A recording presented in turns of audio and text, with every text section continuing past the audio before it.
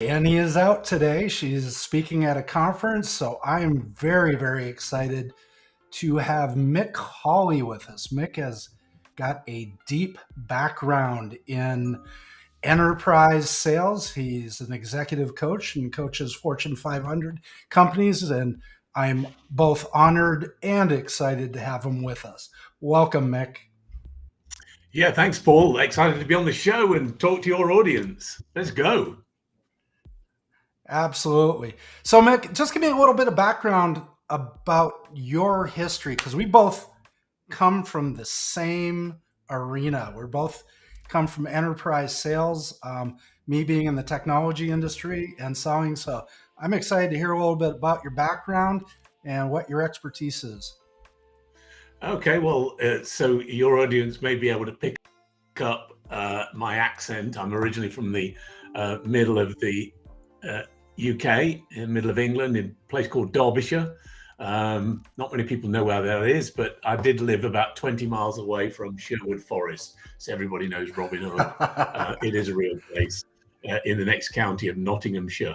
And I started my career in sales. I was in pharmaceutical sales. And then I joined the mighty Big Blue IBM, who gave me so much wonderful sales training, exposed me to business, my account that I was working. I was responsible early on in my career for Ford's operations in Europe. And then latterly with Tesco, is one of the largest food retailers in the UK. I spent a lot of time in sales, got trained with spin selling.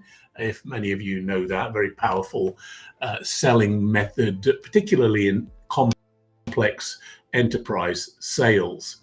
And then I got into consulting, worked for Accenture, helping them with their consulting. And then I got an opportunity to come to the US. That was 26 years ago, to start a consulting business over here, which I did. We grew that business to about $100 million and sold it. So I've worked with Fortune 500 companies in the US for over 20 years. And I've pivoted a little bit to working with small to medium-sized businesses. And I've taken the techniques that I've learned in that large enterprises, helping them drive change, and package them in a way small business can take advantage of that. And it's so exciting because small business owners, you show them a good idea and they're well after it. So it's very much a passion and an enjoyment to work with those kinds of people. Yes, we definitely both align there. Bringing that experience down to the small business. In fact, I read a blog article today. I think it was Grow, Shrink, or Go Extinct. It was an article by a guy I know named Mick Hawley, and it was just out today. And interestingly enough, we did revenue last week, and we're kind of continue on because that was a great article. Tell me about the article. Tell me about the message in that article, and let's talk about that. Yeah, I think so. Here's the thing: there are 34 million small to medium-sized businesses in the US, and the sad fact is that 90% of them will fail inside 10 years, 50% inside of 4 years. And one of the challenges that they have is, growing the business, right? So I think that you can either grow, you shrink, or you go extinct. If you're growing, you can provide opportunity for yourself. You can grow your own wealth.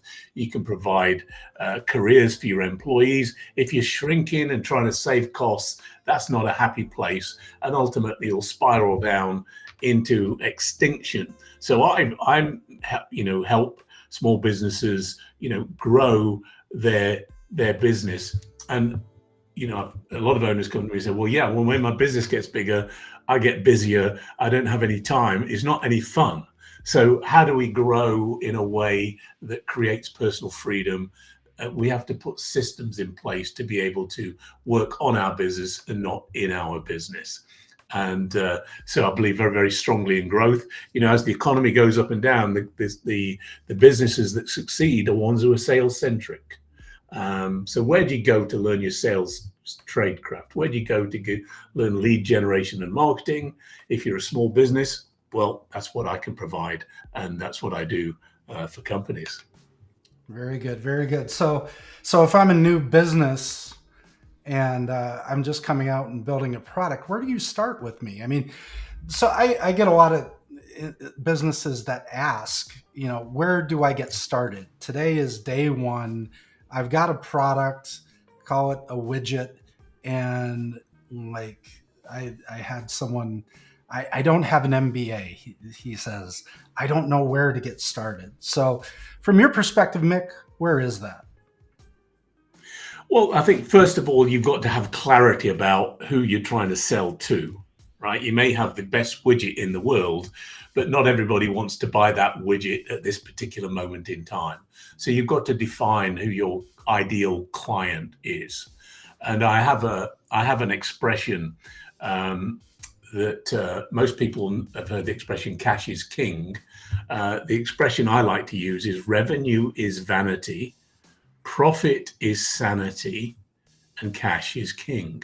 Absolutely. And those three characters, vanity, sanity, and the king, the way that they interplay in your organization is a metaphor for the income statement, balance sheet, and statement of cash flows, which a new business owner can't quite grasp those numbers because you've got a set of financial statements. Only a CPA can understand it. It wasn't designed for the business owner.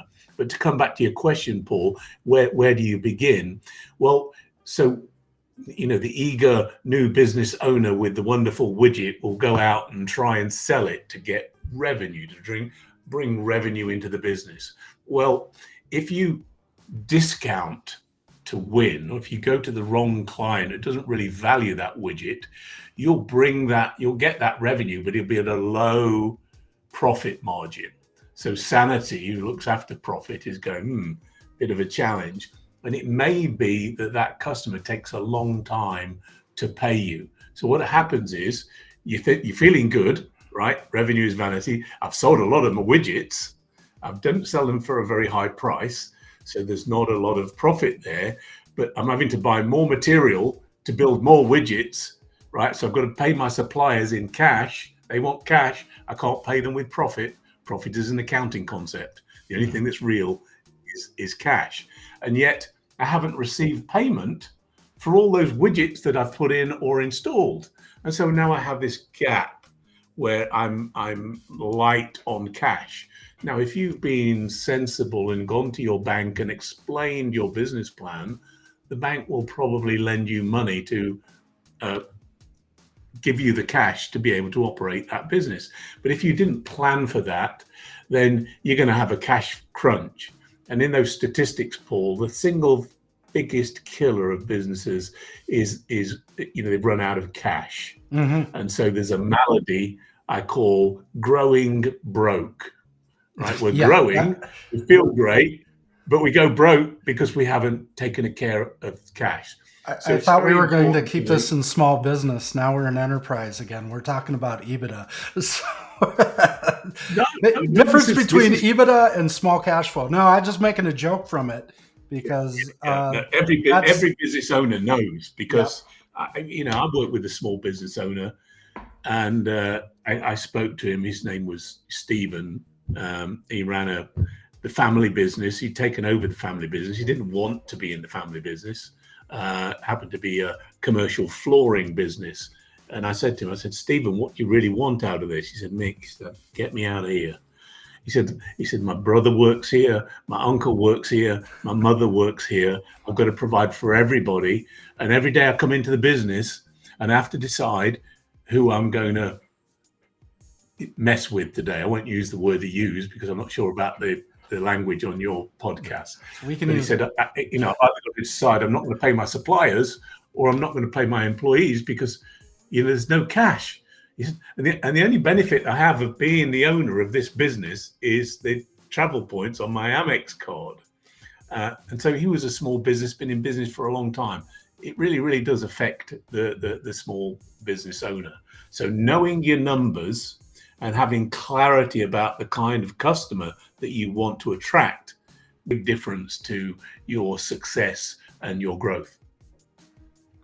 Absolutely. Actually, it brings me back a memory because my very first client in technology sales was Empire Carpets in Chicago, which was a flooring, a flooring company. They're major. They're in like 5 states now, Right, but right. just brought me back there.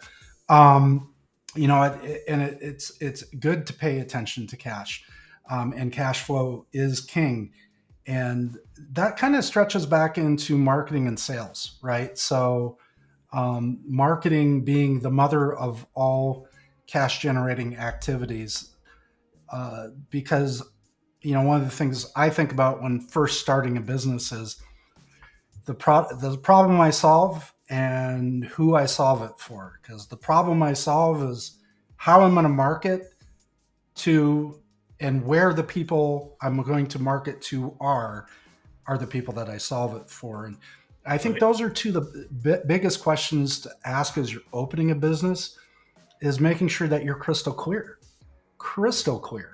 on the problem you solve and who you solve it for, because that is the basis of your marketing messaging, your marketing, what channels you decide to market to, and where you're going to promote. One of the biggest things I've taken is have an idea and then promote.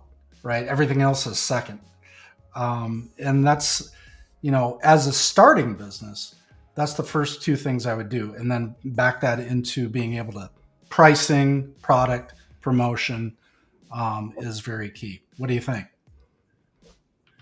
I think you're absolutely on the money. The litmus test for clarity, as your audience are listening here, is your ability to say no to a prospect, to a Mm-hmm. piece of business, because it doesn't fit what you do really well. It doesn't fit where you can make the most money. It doesn't fit where you can add the most value to that client. So if you can say no because I'm not really going to do that very well, therefore my customer's not going to be that excited. I'm not going to get referrals. I might not make a lot of money with this particular. If you have clarity about that, when you can say no, it's a relief, and it's a very powerful thing. But if you don't have clarity, all business looks like good business, and I'm back to my phrase: revenue is vanity. Not all business, not all revenue is good revenue. Some of it is you should not accept that kind of work. And how good does it feel to fire that customer? I have fired a lot of customers over the years.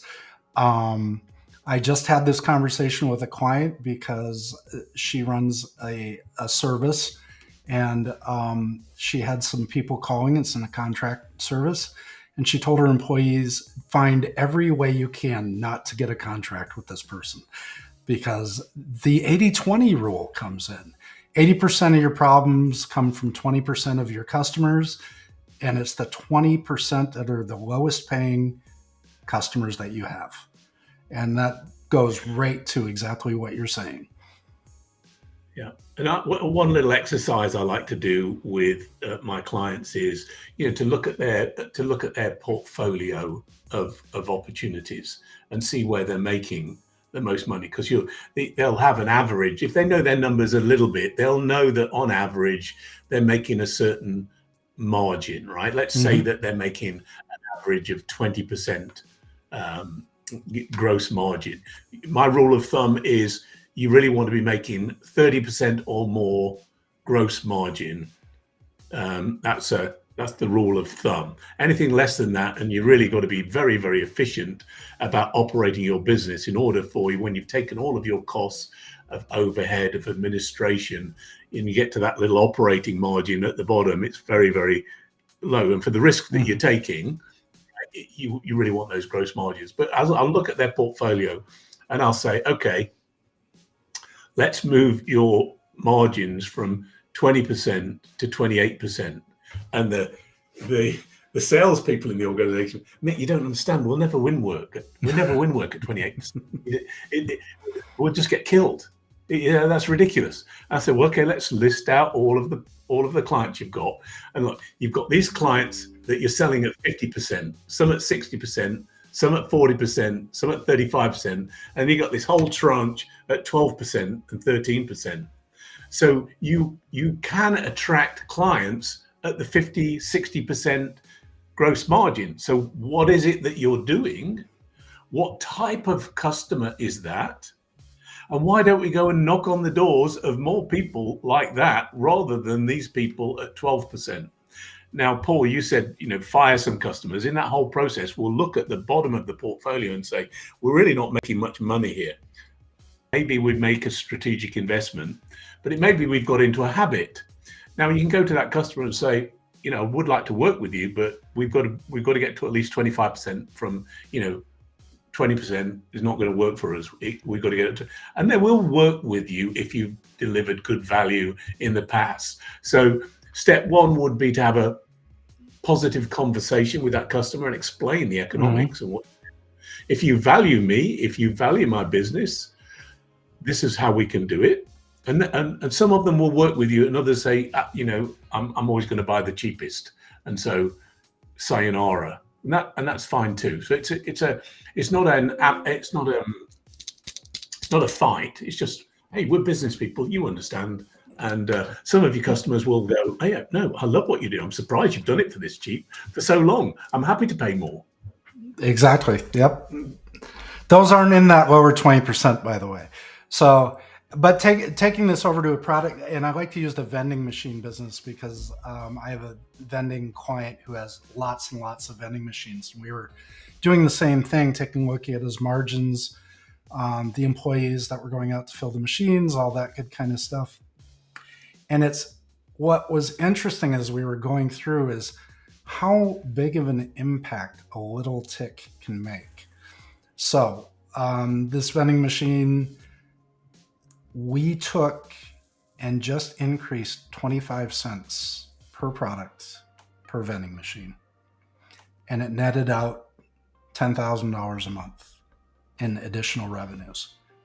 And it cleared out, to your point, it cleared out that low margin where he's just suffering a little bit and added just enough back in to where he could continue to grow the business. Because that $10,000 is a new machine every month in a new location. So now he's growing. He's growing again. He's growing again. Well, think about that. So we can have a whole discussion now about value versus price. Correct.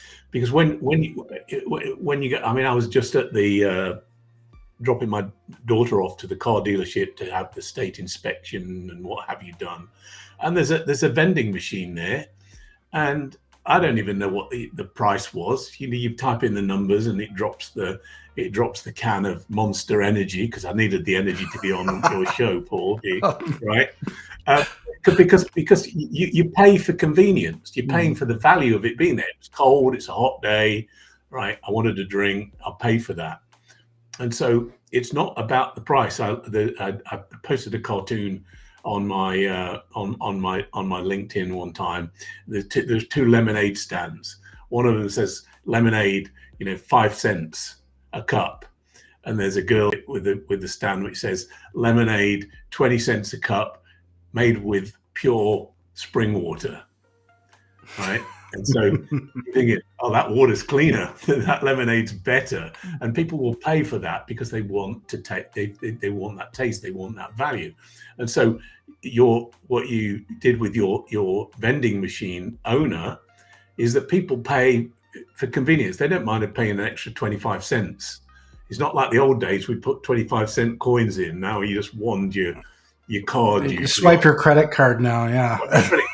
And you don't feel the extra 25 cents because I want that product. I want it now, and this is the only place to get it. I'll pay it. So absolutely knowing your audience, knowing why they buy your product, being able to provide value and convenience, people will pay for it.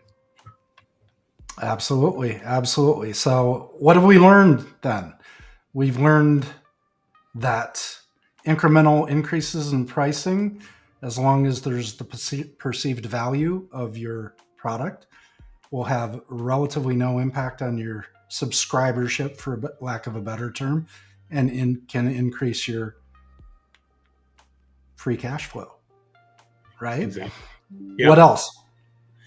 Well, I do a little exercise. We won't be able to do it on the show, but maybe I can give you a link to a little training video that I have. We called the three doors, right? You've got three ways to improve the profitability of your business. You can either sell 10% more product. You could reduce the price. You could increase the price of your products 10%, or you could reduce your cost of goods, your materials. You work really hard to make your business efficient. You buy cheaper materials to make whatever product that you got. So you've got three options: sell more, price higher, or reduce costs by the same amount. And what I ask is, which door would you walk through to give you the biggest improvement in the performance of your business? You know what it is? It's to raise the price. Yeah, you're a smart man, Paul. Most people think that it's sell more, but it really is the price. Because when you sell more, right, your costs go up as well. You incrementally increase both costs and. And what I see with, and this is particularly prevalent in the large enterprise customers, because what's the single biggest thing that can move the dial when you've got 10,000 people in your organization and you're about to miss your quarterly number? The only thing that can move that quarterly number is headcount. So they'll take people off the payroll and they'll go for cost reduction in order. But the people they take out are usually the people who are selling stuff. So now you've lost your growth capability and you're on a debt spiral there.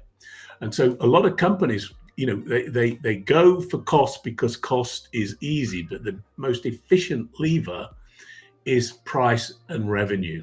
But they're less adept at moving the dial on that. So that growth, lead generation, all businesses need it, and particularly the smaller businesses. If you can get that revenue in at the right level, then you've got a machine. Yeah. You've got a vending machine business. So you just pressed my button. You just pressed my button, because I've been saying this for 30 years. They go after the sales guys. Talk about cutting off your nose to spite your face. Not only is that such a it is truly because it's the accounting function or the finance function in the organization that's making that decision, and they don't understand the long-term effects of cutting your revenue path, and it is probably one of the worst moves. But that is a function of constriction. And even though we see that so much in enterprise, that is probably, I would say, a good 80% of small business owners struggle with that on a daily basis. They get caught up in the costs of the business, and they're focused on the cost and not focused on how they can generate more revenue, because these cost functions get fixed with an increase in revenue. Okay. Mm-hmm. And that's like, ultimately, that's for running your household. That's for running your business. It isn't the $500, per quarter ballet cost that's the problem. It's that I need to increase my household revenue by $500. It isn't the, oh my God, the materials went up by 5%. That's not the problem. The problem is I need to go out and sell 20% more to account for the 5% increase, or increase my pricing to accommodate and increase that revenue. Anytime that I see a cost increase, I want to immediately, my thing is I got to go find more customers, raise my prices. I got to do something immediately. And ultimately, with good planning, I actually want to anticipate the increase in a cost so that I can be there before it happens, right? So, great. And Paul, you and I are part of the 10X community. And oh yeah. We've proven with thousands of times that we can increase revenues by 30% inside of 90 days with the techniques that we have at our disposal, that we practice and we coach in. So we know that growth is possible. And businesses, they only need to do three things.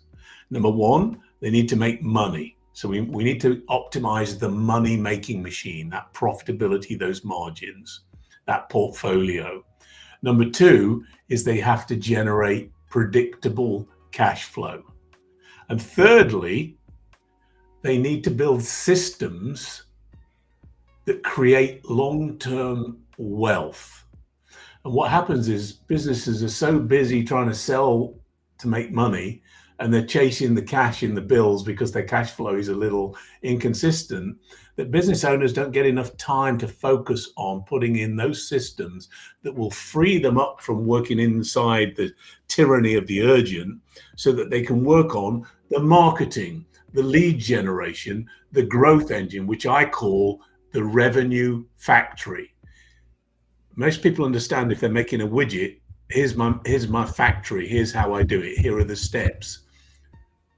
Revenue, you should have a factory-like method for bringing in revenue, which starts with the identification of the right customer, creating the right messaging, having the right offer, bringing those leads into the system, managing them with a CRM, and then closing those deals with the sales techniques that we have in our 10x Grant Cardone University to close that and keep that revenue. And then we continue to grow that client, so we get long-term client value. But that's a factory. That's an end-to-end supply chain, and you've got to be able to manage that. And if you don't have that well scripted, it's a bit ad hoc, and so you become a cork bobbing on a wave. The economy's up, we're up. The economy's down, we suck. As opposed to the great companies, when that economy goes down, they take market share from everybody else because they've got a sales machine. And so their revenues are like this. They don't do this. Yeah, it's replication theory also. You mentioned that business owners don't have time, and I would argue that they don't afford themselves the time because of the control function in the business. So a lot of times to grow, you have to replicate yourself. And the problem is that no one can do it like I do. Nobody can do it like I do. And that's probably true for all business owners. However, if I can find two people that do 80% of what I do, then they're producing at 160% of my 100%. And that affords the business owner to focus on the direction. And I'll use this term because I'm ex-Navy. You cannot steer the ship from the engine room. You have to be up in the pilot house. And if you're working in the business, then you're not working on the business. And I think that's exactly what you're I like that analogy, Paul, and I've learned something now. So yeah. So that's really good stuff. I think we need to have a lot more conversations wrapped around revenue generation, and the how-tos, right? The how to find your customer. And to your point, I just had one of my clients. She came back to us. She's been with us for 2 months. We modified her sales process. We added a couple of steps into it, made it a little more complicated. We changed her website up. We started getting her in front of the right people, and her closing ratio went from 40 to 80%. Nice. And she increased her revenue from about 40,000 to 120,000 a month in 2 months. So we've pretty much tripled her revenue in under 2 months. I hope you're operating on a revenue sharing model, Paul. Geez, I wish I was. I'm starting to think I might have to go for the 10% of every company I work with, right? So, hey, if you can add value and you can demonstrate that, there are a lot of people who will take you up on that offer.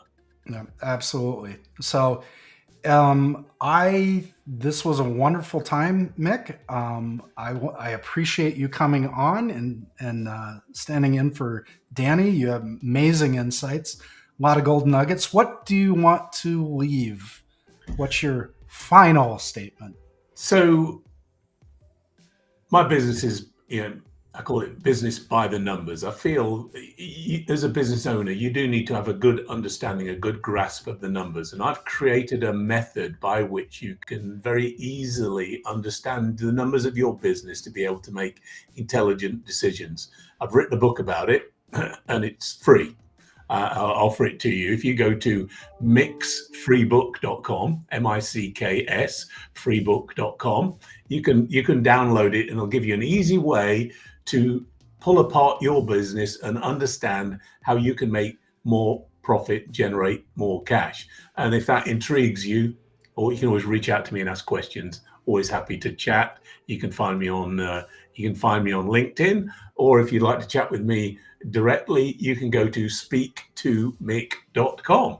So 2 ways to get to me, but try the book. I'd love your feedback on that at micksfreebook.com. And Paul, thank you for inviting me on your show. My pleasure. It's been great. So thank you, everybody. Dani will be back next week. And of course, you can go to www.clevelandrain.com and we can work on your revenue, because that was the discussion today. So take care, and we're out till next Thursday. Thank you. Okay. Bye-bye.